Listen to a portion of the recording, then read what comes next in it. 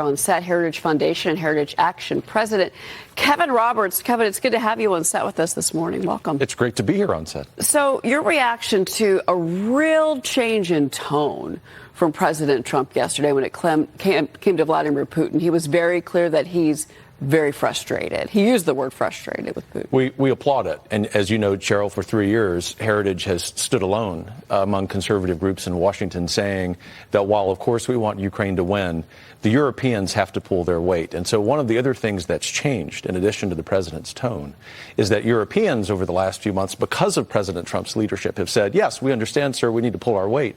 And so President Trump now doubling down and saying that Mr. Putin, who, of course, is evil and probably should not be in power in Russia, has to come to the bargaining table. We think at Heritage that the real linchpin there, in addition to Mr. Trump's leadership, is China. And so, obviously, if you put all of this great leadership together we've seen over the last 6 months, domestically and internationally, I think the 10 to 12-day timeline is real. And we have faith that President Trump is going to land this plane. We at Heritage, to sum up here, Cheryl, have said for 3 years that although there are people in Washington who want to continue to fund an endless war, that we need to be focused on the innocent lives that are being lost. God bless Donald Trump for understanding that truth. Well, he's got to get President Putin there. And you know, you've heard that warning from Zelensky for months now that Putin does not want peace. We also have the trade deals going on simultaneously with all this. The talks are happening with the Chinese today again in Stockholm. I want to get your take on that. But this EU trade deal, I mean, President Trump says, hey, this is a win for the United States. And it seems like a great deal. $750 billion in U.S. energy products bought, $600 billion of investments into the United States, billions in U.S. military equipment.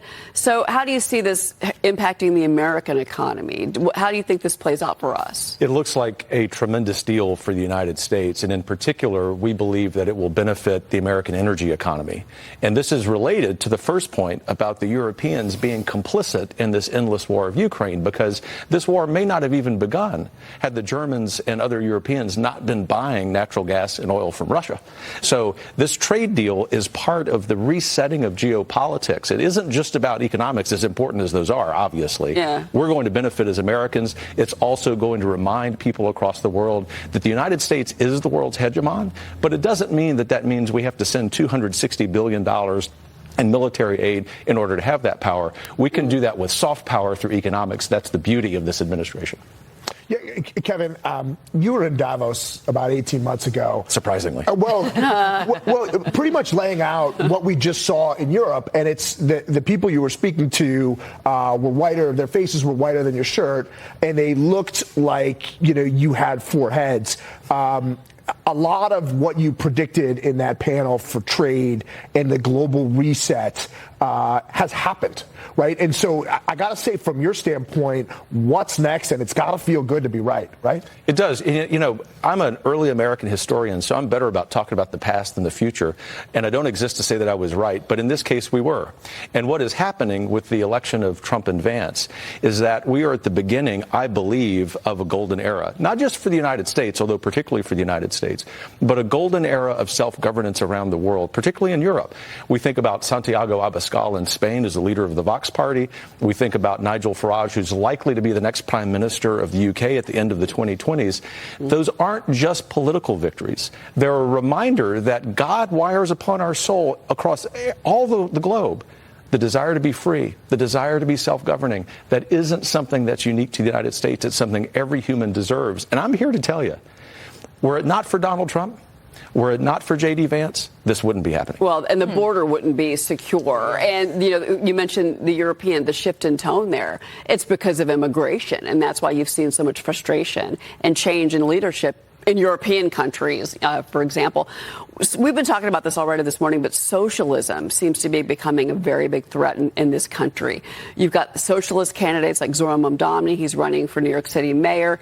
Even the New York Times is saying his ideals are spreading nationally, abolishing medical bills, defund the police, freeze the rent. Kevin, your thoughts on what we're seeing on the other side here with the Democrats? It's really distressing, and I've had to chide some friends in Washington, conservatives, who say the best thing that would ever happen would be if Mamdani wins, because then we can show the American people how terrible socialism is. No. At Heritage, we don't want that to happen. And so everything we do, as all three of you know, is focused on eliminating the scourge of socialism and related issues. This is why today we are announcing the hiring of Tiffany Justice to lead day-to-day our Heritage Action for America entity, to take this fight to the states as well. Next year, we'll also be announcing a new policy center which is focused on flipping blue states or blue cities and counties red. That's going to be a generational effort. It's connected to what we were just talking about regarding self-governance. Well, and I know Ashley's got a question, but just to that point, I mean, I have to say, because, you know, the residents in these cities, in these sanctuary cities, are really getting fed up. Well, absolutely. But we were just talking, you're obviously traveling a lot because we saw each other in Aspen, but with the Republican governors. But just for you to talk a little bit more about how important these Republican governors are. Obviously, the mayors are just as important, but getting more and more and more governors is something that's crucial to the future of the party. A lot of things to say there, Ashley, to your excellent point, but the one that I would home in on is that if we're in fact going to have an enduring conservative coalition because of the Trump-Vance victory, it isn't just going to be because of national elections. It's in particular going to be because they've created the space, the president and vice president, for red state governors, maybe some blue state governors, to enact really good policy. It'll be a revitalizing of federalism. And I can tell you, and you know this because you were at the Republican Governors Association too, that the bench of governors and potential governors on the right is really deep. We believe at Heritage and at Heritage Action, though we will always be focused on federal policy, that the real game is going to be at the state level. And right now, while the left is lapping us at the city level, we're lapping them at the state level. We've got to continue to invest in it. Yeah, there's a lot at stake. Kevin Roberts, it's great to see you. Thank you for coming in.